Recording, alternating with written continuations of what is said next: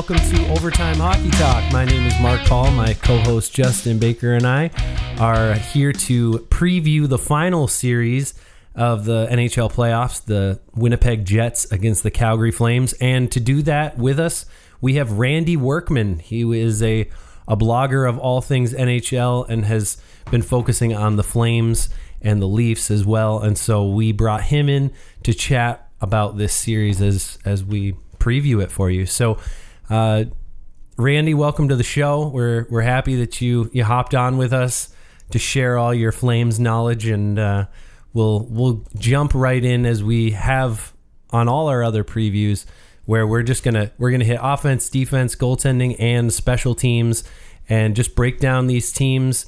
Any unique stats that we have, we'll just kind of throw out along the way.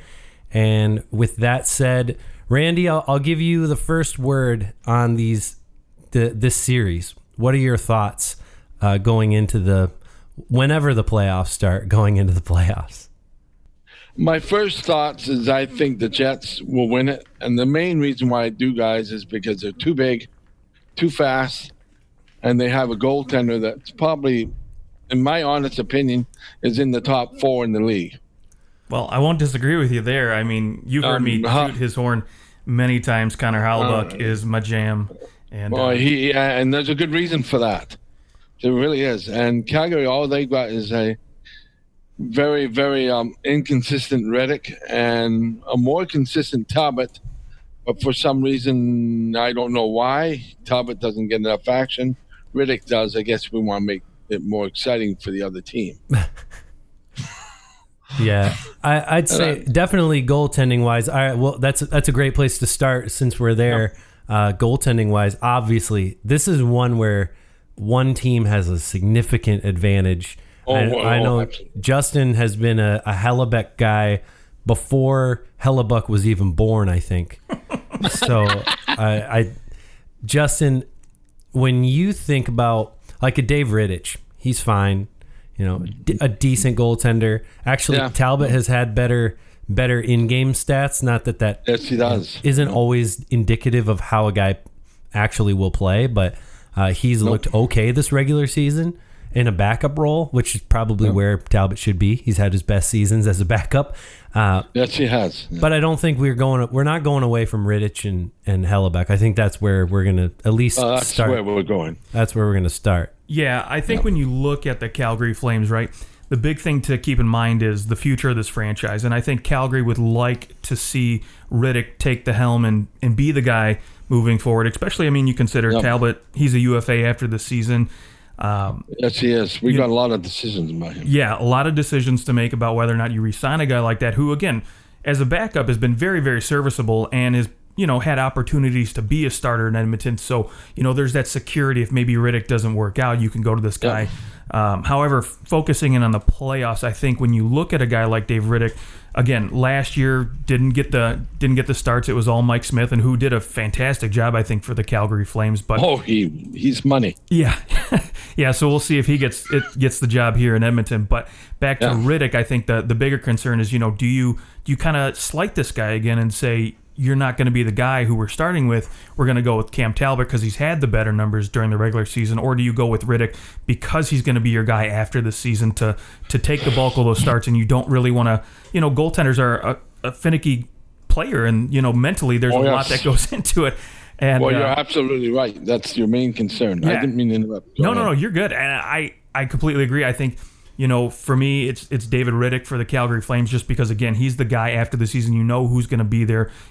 Talbot's, again, a UFA. We don't know if he's going to resign, if he's going to look elsewhere, maybe to a team like Detroit who needs a starter. He gets more of an opportunity to place like that. But, again, I think Riddick's the way to go here in Calgary, and obviously we know where we're going in Winnipeg with goaltending. Well, yeah, and the thing I like about Hellebuyck, I don't know a more goalie that plays his angles than him. He knows where he's so reactionary. You know what I mean? The puck's in the corner. Yeah. He thinks two spots ahead. Go ahead. Yeah, he really makes it easy on himself. Exactly. That's probably the reason why he isn't touted as a better goaltender, because, I mean, statistically speaking, he's phenomenal, but he's just in the right place at the right time. He's very similar to Carey Price, where like Carey Price he's not making like highlight saves very often, but he's just always in the right place at the right time, and that's Connor Hellebuck. He's a big body, and he knows. You're right. He probably is the best. If we're Carey Price, Connor Hellebuck, that's a good name to be in when it comes to guys that shut off the angle. So yeah, I mean, I think when it comes to goaltending, there couldn't be a bigger gap in what we're looking at, and it definitely is huge Jets' advantage on the goaltending side of it. How much of an advantage that actually will play out in a 5-game series with these teams rusty and coming in, after such a long layoff. We did see in the beginning of the regular season, Connor Hellebuck has struggled in the past, and so that that's always there. Human. Yeah, that's always there. And Calgary has certain players who can get into goalies' minds. We know who all I'm talking about. Yeah, Matthew Tkachuk is... That's not too hard to figure that one out, is it? Right. Yeah, I will say, though, back to the goaltending, I think, outside of Carey Price, I think Connor Hellebuck is the one guy I look at who could potentially steal a 5-game series very easily for a team for a team that, again, doesn't have the most solid defense, and they're going to try to, play physical, play everything up front in terms of, trying to get their snipers activated. So... they're going to rely a little heavily on Connor Hellebuck to maybe steal a game or two here. You see, the key point here, and I don't mean to be rude to Riddick, but if these two teams play like they're capable of getting wild hockey, and they do, Calgary has Riddick and Winnipeg has Hellebuck. Who do you think is going to score more goals? That's a great point. Yep, that's a great point. For a team that through 71 regular season games has 2 70-point guys, 2 60-point guys, and almost another guy with 58 points in Ehlers. I mean, you've got 5 players that can really put the puck in the net and do some damage on the offensive side of the game. Whereas Calgary, of course, is they're a little bit different. They really have their one line, and outside of that, there's not a whole lot that you're really afraid of. So you're kind of looking for offense from the whole entire crew, and exactly. I don't see this series is, for being an 8-9. It's supposed to be like, wow, these two teams are so even, and I don't think they are. And really, I mean, the Jets are so underrated in terms of where they stacked up because of the injuries they had on defense early on. And let's face facts, they're in a lot harder division. They have to face St. Louis, they have to face Dallas, they have to face Colorado. That's a good point too. In a totally different division. These two teams did face off against each other once in the regular season, and I believe it was Winnipeg Jets in a shootout in overtime. Is it overtime? Brian Little won the game in overtime, and that's really the last thing Brian Little did, because he only played 7 games all year, and that's another huge addition that the Jets are going to get back. Likely, absolutely. They still, the last thing I could find about Brian Little was about 3 weeks ago, and they said that he was the typical, he's on the road to recovery, he might play. To me, that says he'll play. Why wouldn't you try and get him into the lineup if you can? And that really gives you a top 6 forward who probably isn't going to play in their top 6. So it just gives them all the more depth. A guy who, he's a 60 point guy when he's healthy. Yes, he is. And what an addition that can be, plus all the defensemen that you're getting back outside of Big Buff, not getting him back. Yeah, not returning, and that's a good spot to transition to when we talk about defense, right? We know the losses that Winnipeg has had, on the back end. Obviously, Jacob Trouba going to the Rangers. Big Buff's been out for the whole season, holding out. Obviously, they've terminated their relationship at this point, and so I have to say, from the beginning of the season till now, obviously, I've seen this defense on the Jets improve a lot more than I actually thought they probably would have throughout the course of the season. However, on Calgary, and this is where I want to get your opinion, because this is a defense where, if they're all playing at their peak, this can be a very, very dangerous defense. I mean, you've got a lot of nasty defense. Yeah, you've got a lot of big names up there, and so I'm curious, especially when you have a few guys that are coming up on UFA status, how they're going to pan out, how they're going to play, and maybe try to play for some contracts. Well, and there's a point. This defense has been a huge disappointment this season. But the only bright side we have on defense is Vilimaki's coming back. He'll be ready. Okay. Tell us a little bit about. I actually really have not watched him play. I know he's. This is like his rookie season, right? This will be his second season. Second year. Yeah. I haven't really gotten a chance to watch him much. What makes him so dangerous? It makes him dangerous because he's all around defenseman, and he's probably our nastiest hitter. And what makes him dangerous is he knows how to hit clean. That's always helpful. If there's a player coming up and he doesn't have his head up, Vilimaki will send him back to the. Has he been injured all year? Yes. Ah, okay. That's freak accident in the off season. Beautiful. Freak accident. Oh, yeah. I'm sure there was no alcohol involved at all. Oh, no, I hope not. But with young kids, he's 19. 19, 21. I think he was 21. He was. I can't even remember what the accident was. I think it was off. What they call what do they call it when you're not playing off? Oh, just like an off-season injury, then. Yeah, off-season, off injury. Training, off training. He was training, okay. I think. Gotcha. Something like that. So yeah, I mean that's always, anytime you get a guy who can slot into your top six on defense, especially if that means that you don't have to play Michael Stone on your defense. That's always a plus. Oh yes, don't remind me of Michael Stone. But Giordano and Hamonic and Brody, we all know about them. But we also know that Hammer hasn't been very good. Giordano, I'll be honest, he hasn't been like the Mark Giordano he was last year.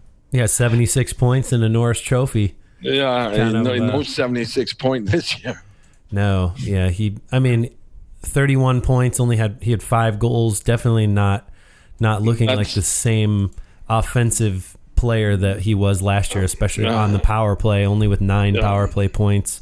Well, our power play is awful, but we'll talk about that next. But the key point is that defense, they have a lot to prove, and if it's going to even be a remote series, they're going to have to play to what they can, and if they do, they can hold Calgary in. All right. If they don't, there's a problem. Yeah. It can be a real quick 3-game series if you're not careful. Well, I'm predicting 4. 4 games. 4 game Jets. I'll say that right now.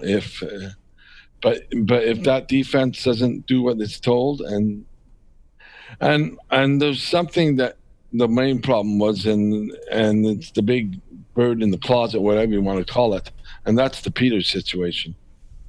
When he started off as a head coach, the team never recovered. Yeah, after he left, and the way he left, and now I don't know if there was anything that went on here in Calgary. I was never told that, so I don't know. Yeah, I mean, I think too, now that we've had such a break, I think that's probably a really good thing for the Flames. Is that that's the one good thing? You're separating yourself from all that's happened. You get, I mean, everyone in these playoffs, you get a giant reset button.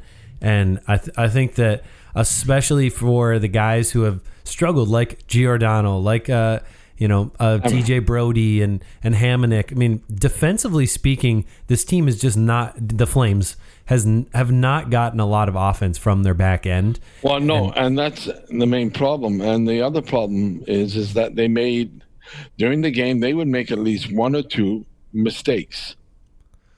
And those mistakes can be very costly. When you got a grade B plus goalie. Yeah, a guy you can't rely on as much. Yeah, and that can be a problem if you don't really trust the guy that's back there to do his job. Then you're playing a different way than, with Winnipeg. They know they can take some chances, and they know who they have back there. They have back there. They have him. Calgary's not able to take the same amount of chances. Offensively speaking, for the Flames, I think we all know Matthew Tkachuk and Johnny Gaudreau, Sean Monahan, and then Elias Lindholm and his rise to kind of fame, being a significant top line player. We all know those four players on this team. Talk to us about a couple people that you would like if the Flames are going to win this series. Who on the offensive side and from their forwards are you seeing that, hey, this guy could be like an X factor. Maybe nobody's looking at them to kind of take this rise, but maybe they've looked good through the regular season and like they just hadn't produced. Anybody on the Flames that you look to like that? The bread man. I can't pronounce his name. He's known as the bread man. He's number 88. Marjani? Mangiapane? Thank you. The kid is outstanding. I mean, and once he got put on that second line, he's really connected well. And there are times he got put on the first line and Lindholm got put down to the second line. Oh, yeah. Okay. He's that good. And what makes him that good is his speed. Yeah. So he's also fast. The bread man? Him and Artemi Panarin? He stole his nickname? Is that right? Yeah, we call him bread. Yep. Wow. Yeah, I mean, hey, what a guy who's coming up, maybe playing in your top six. They took him 166th overall in 2015. Oh, yes. What a nice little pick there. That maybe makes up for Sam Bennett. Yeah. If anything can ever make up for Sam Bennett. I don't. I love Sam Bennett. Don't get me wrong, but every time I talk about Sam Bennett, my blood boils. I'd like to hear your blood boil. So talk about Sam Bennett for a minute. The main problem that I have with Sam Bennett is I love his heart, and he fights like cats and dogs. But he makes these stupid penalties.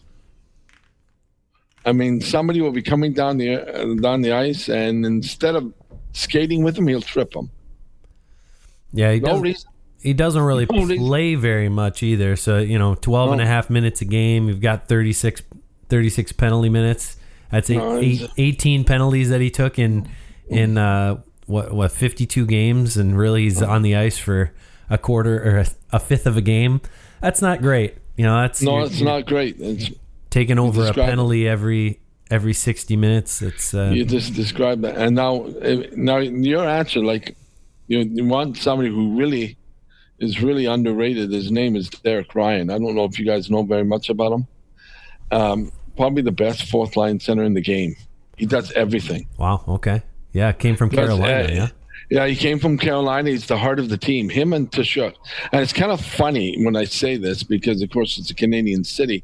But our two biggest players with the biggest hearts are both Americans, Tkachuk and Derek Ryan. There you go. And the reason why Derek Ryan is what he is because he does everything. Yeah, he's kind of a late bloomer. He didn't play his rookie season until he was 30 years old.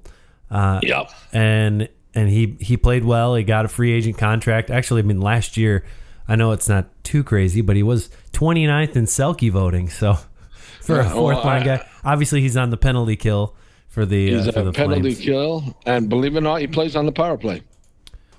I did not know that he played on the power play. Yes, he's played on the power play. Yeah. So in terms of let's shift. Let's go to our special teams here. Both these teams are, I'd say, in terms of at least overall percentage, both teams are okay. The Calgary Flames have the 12th best power play at 21%, and the Jets at 20.5% rank 15th. So both really tight on the power play. Yep. On the PK, that's really where they get separated. The Flames at 82%, coming in with the 8th ranked penalty kill, and the Jets, which obviously speaks to Derek Ryan as the center who's centering that top PK line. The Jets, not so much, 77% on the power play. They're 22nd in the league, and there's only a few teams in the playoffs that had a worse penalty kill than the Jets. Talk to us about the Flames power play. You did mention earlier that the Flames had a bad power play, even though they are ranked 12th in the league, so they can't be that bad. well, the second half of the year they really improved, but the beginning they were they were disorganized. They didn't really know what they wanted to do, and the moment that they put Tkachuk and Goodrow on there, it clicked. And Tkachuk is he's the best player when it comes into the garbage. He's just, I don't know how he does it. He gets the puck, and there was a goal on the power play that he scored against the Preds where he put it between his legs and in the top corner of the net. Well, I will say, I mean, listen, some guys can make their life in front of the net, and guys that have good hands and are willing to take, that cross check in the back, take a little of a beating. And a guy like Matthew Tkachuk is one of those guys who really doesn't mind, taking an extra hit or another little poke in the back to make his living in front of the net. And he's done a very good job of it. And obviously it shows when you talk about the power play that the Calgary Flames have. And so, my other concern, is obviously we know what's on that first unit. When you got guys like Tkachuk, Gaudreau, Monahan, to me it's going to come down to, that 30, 45 seconds that maybe the second unit will get. And that's where Michael Backlund comes in. And he's a second line center that really shouldn't be. He's a fantastic third line center. He was considered up for the Selke, and that's where he's going to have to learn to step up. If he can step up and be that player that he's capable of, like he's capable of scoring 50 or 60 points if he plays his game.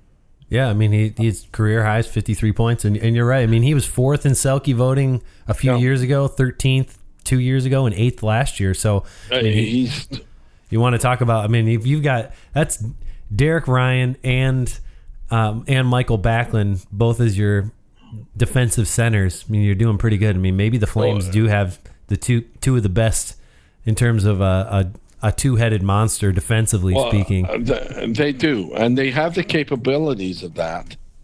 The problem is they just, what's the word I'm looking for? My problem is when I was born deaf, so I have a hard time connecting the right words to say. No worries. But the thing is with them, they just need to get their heads in the game. They need to want to do it. Yeah, and I think maybe they're too. Obviously, we know the center depth that Calgary has, and obviously, I would probably take that over, what Winnipeg has in terms of center depth. But I think where the difference is, and maybe this is where guys like Backlund and Derek Ryan could use a little bit of help. It's on the wings, right? Obviously, we don't.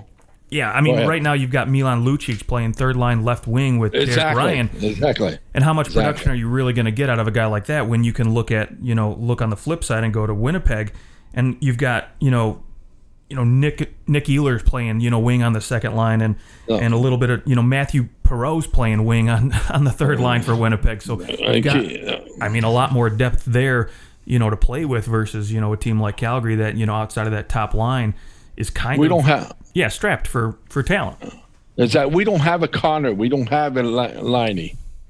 Right. Well, we don't have a Scheissele on the center.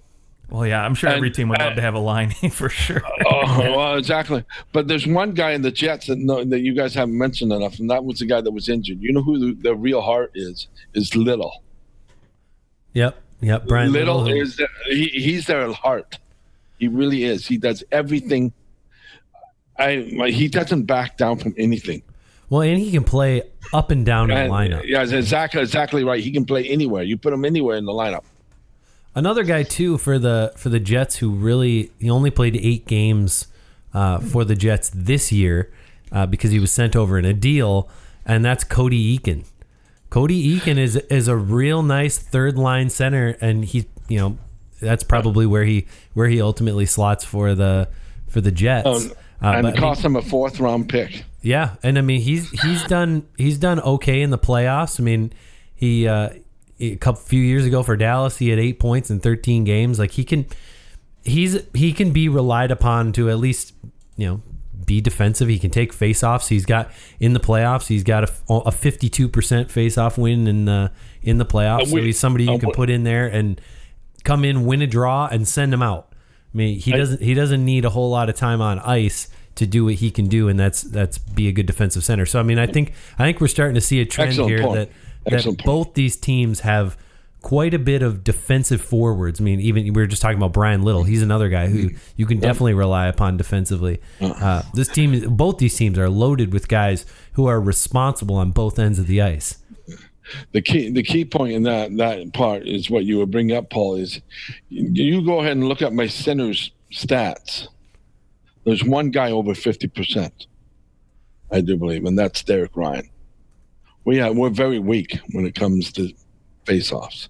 Yeah, well, Sean Monahan is 52.6. He actually leads the team, but what is he? Yeah, wow. And I got that stat wrong. Sam Bennett at 51.7. That's okay. He did take by far the most face-offs too. But yeah, I mean, to have two guys over 52%, to the two guys who are taking the vast majority of the face-offs, Lindholm and Backlund. Backlund definitely struggles in the face-off circle, and then Janikowski only at 44.8% on over 400 tries. So that's not so great, but yeah, I mean, I guess between Monahan and Ryan, you're probably in the playoffs. You're going to have those guys take the vast majority of your draws and kind of set yourself up that way, because you can't afford to lose even a draw in the 5-game series.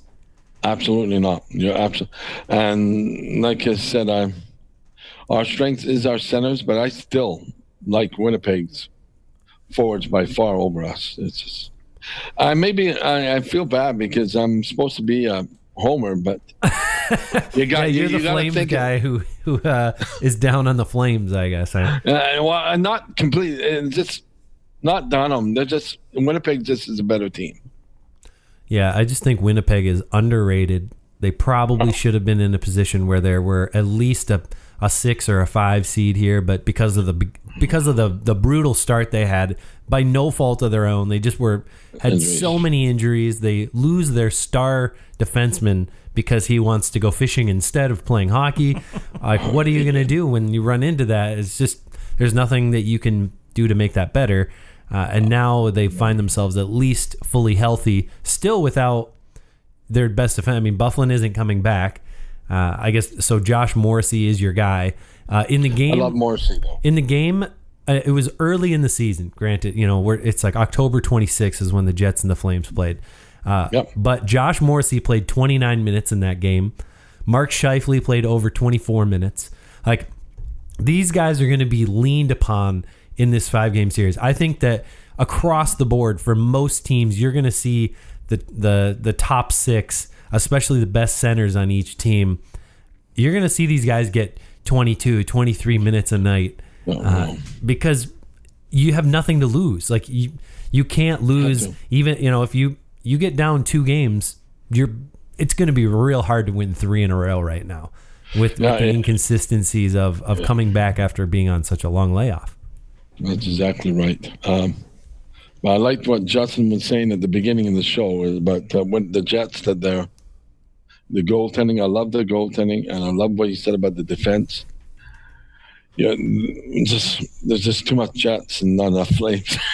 Yeah, and maybe that kind of goes back to Mark's point, is like the Jets maybe should be a 5 or 6 seed here, and they should be. Yeah, and had Paul Maurice had his full defense, or maybe had more time to deal with the loss of a guy like Bufflin to really kind of prepare this team and get this defense going for. I mean, Calgary, most of their D, they've been playing together for a couple of years, if not more. Whereas most of these guys on the Jets blue line, outside of Kulikov and Morrissey, haven't been there for very long. So you're kind of starting a little bit more fresh. You're trying to get these guys to gel together, and when you only can pair 2 guys together on the back end and try to find combinations that work with a lot of inexperience, it maybe takes a little bit more time. And so, had they, had a start where, their defense was working and clicking as it was towards the end of the year, we'd definitely be talking about the Jets, maybe even a possible top 3. Maybe Dallas gets kicked out of that 4th spot there. So. Well, I think they're a better team than Dallas, but that's just an opinion. Yeah. And Dallas, the thing about Dallas, they definitely play a much different style than I think what Winnipeg would want to play. Winnipeg played weird style early on. One thing I'm looking at right now between the Flames and the Jets, The Jets have the 5th highest shots against, and the Flames the 9th highest. To me, that says there could be a lot of shots in this series. There will be a lot of shots. Both these teams are teams that, and they were 12th and 14th in shots for. So, I mean, we're going to see a lot of shots, I think, on net in these games, and it's probably ultimately it's going to come down to goaltending, and David Rittich is going to have the series of his life, which, in fairness, anyone can. I mean, in a 5-game series, all it takes is 3 or 4 really good games, and your team wins, and off you go. As much as we have maybe ragged on Calgary a bit, they have the ability to win this series. I think they do. No. Yeah, I think just more has to go their way, and they have to. I mean, there has to be some guys who step up and play better than how they played in the regular season. In particular, Giordano is going to need to produce. You're going to need to see more out of everyone in the bottom half of the lineup who hadn't been able to score very often. So I think that's, and in a shortened series, you can get random production from players that had nothing the entire regular season, and you can go in. All it takes, I mean, think about the gravity of 1 goal in a 5-game series. You're probably talking, if the series goes all 5 games, you're talking your team's probably scoring around 15 goals in a 5-game series. If that's 3 goals a game. That's like probably even above average. So if you score 15 goals, I mean, think how big each goal is. There's not going to be many opportunities, and so there really is an air of just a total unknown. We haven't seen a 5-game series since. I never watched a 5-game series. Randy, did you ever watch a 5-game series? Yes, in the NHL. Yeah, I did.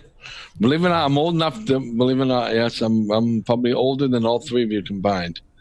So yes, the 2 of us combined. Yes. I don't know. I don't think that you are. You're what? How old? You're 36, 35, and I'm 34. So. Oh, you guys. That's 69. I'm 58. So all right. So you're not quite double. The only way the Calgary is going to win this series is if Riddick turns into Gumby.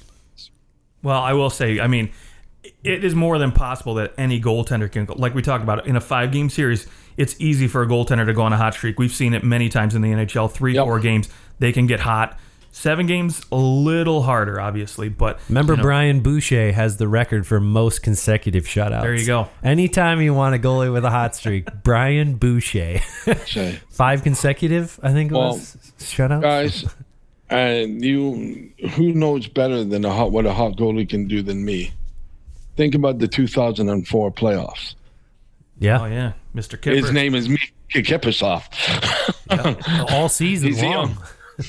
Well, and he in Game 6 when we played Detroit, he went that long without giving up a goal, and he was like almost near 100 minutes in the whole series without allowing a goal. The guy he had a 1.69 goals against average most of the year. I mean, there you go. Yeah. I know what a hot goalie can do. So you're saying David Rittich needs to channel his inner Kiprusoff for them to win this series. He really does, and that's the only way. Like I said, I love the Flames, and they're capable of having a good team. They just haven't shown me that they're capable. They just haven't showed me any consistency at all. All right, so I know you said your prediction earlier. Are you sticking with your Flames or your Jets in 4? Yeah, I am. I really am. I hate to say that. I would love to pick the Flames. I'd love to see them win, but I just don't see it happen. So you're cheering for them, but professionally speaking, you're picking them to lose. That's right. Yeah.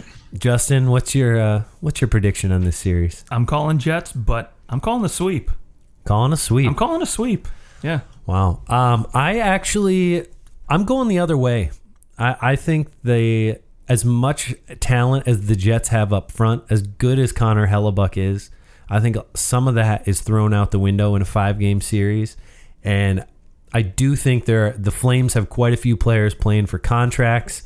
I think they can throw around their weight a little bit with the Jets. As much size as the Jets may have, I think we're also forgetting that Dustin Byfuglien is no longer there, so that's not a threat. Right. You don't have to look over your shoulder for him coming across the ice.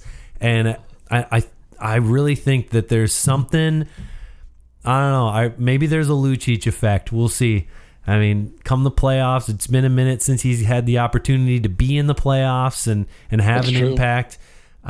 So I'm going to pick the Flames in 5. I think this is going to be a very tight series. I think it's going to be all over the place. We're going to see maybe a shutout, but we're also going to see a game where there's just scoring galore, a 6-5 type of game. So I think this series is going to be really fun because both these teams have a little bit of they can go on these crazy hot streaks and losing streaks. So I think we might see all that play out in one series. So I'm going Flames in 5.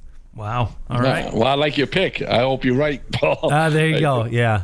I guess I figured you'd like that one, but I did. Yeah. Well, hey, Randy, thank you for being on the show. What things are you working on? Where can people find your the stuff that you write? It's a tongue twister. It's Flames. I even have to look it up. But I'm mostly I'm connecting on to a website called Drive for 5 on Facebook, and they're in New York. Cool. And I'm gonna be blogging for them, I think, more often, and I'm gonna be doing an NHL blog. I'm coming up with a draft blog, believe it or not, is what I'm working on right now. Perfect. And the reason why I'm doing it is because I got told we didn't know when the draft was, so I thought I'd better do it right away. How well did that work out? Right? Yeah. This draft will be an interesting one since nobody got to see any playoffs, no Memorial Cup. Some of the tournaments were out, so it'll be an interesting one for you. So the blog is called FlamesterBlogspot.com, I do believe. All right. And people can find you on Twitter at the Fan Blogger. And if you guys ever need more guests, I would love to. I had a blast. You're very, very easygoing, and you made me feel more than welcome. So anytime you need a guest, I would love to come on and give you guys as much support as I can. All right, awesome. Thank you, Randy. Appreciate it, and enjoy the hockeyless summer, but we're almost there. We're almost to training camp. So weird. It'll be weird. It'll be at least, no matter how young or old you are, you've never seen anything like this, and you probably will never see anything like this again. Hopefully, I hope to God that we never see anything like this again. So I pray to you, and I'm wondering how many when you play this podcast, I'm wondering how many followers of Flame fans I'll lose. Oh dear. Well, hopefully you gain some Flames fans, and hopefully I'll gain some Jet fans. There you go. Yeah, I'm sure they'll appreciate your prediction. Well, thanks again for being on the show, and thank you guys. I really appreciate it. Thank you for the opportunity. Absolutely. We'll talk to you very soon. Thank you, guys. Have a great day. Bye, Randy. Thanks. Bye. Yep. Bye. Well, that is Overtime Hockey Talk. We hope you enjoyed the show. Hope you enjoyed Randy, and we will talk to you guys very soon. Look for us on Twitter at OT Hockey Talk. And Justin, any final thoughts as we ride off into the sunset? Well, now that we're riding off into the sunset and done with these playoff predictions here, I can't wait to maybe dive a little bit into the top 4 teams in each conference and really see how it kind of, I guess, ends up, right, with all these preliminary rounds. And yeah, it'll be weird to see those teams all play each other. And they're going to play like a little round robin between the three of them. Is that what they're doing? Yeah, they're basically the top 4. Yeah, they're just going to have some play-in games and just to get their feet going. So that'll be fun to see. Well, that determines the seeding. Yes, absolutely. So like Boston, the team who finished with the President's Trophy, might not even finish number 1. Could be a 4th seed. Right. And maybe a team like, and it's going to be interesting too, because a team like St. Louis, for example, obviously they know what they are. They don't really have to go in and, play all their top guys, 20 minutes a game. They can maybe give these guys, ease them back in a little bit more than some of these other teams. So it'll be fun. Yeah, who cares? I guess who cares what seed you end up with? Because, I would say in the West, you don't really want, they're going to reseed everybody. Yeah. So it doesn't really, it's just going to be a crapshoot. because I'm thinking like, well, the 4 would probably play the 8-9. That's how a bracket would normally. Ideally, if they didn't reseed people. But shoot, like let's say the Jets win and they're ranked 8, and the Jets 8 or the Flames 8. Flames are 8. Flames are 8. Yeah. So the Jets. Let's say the Jets win, they're 9, but one of the lower seeds wins. I mean, that's who that 4th team is playing. So you never know where you'll fall. So it's almost, the games only matter as much as the conditioning of your players.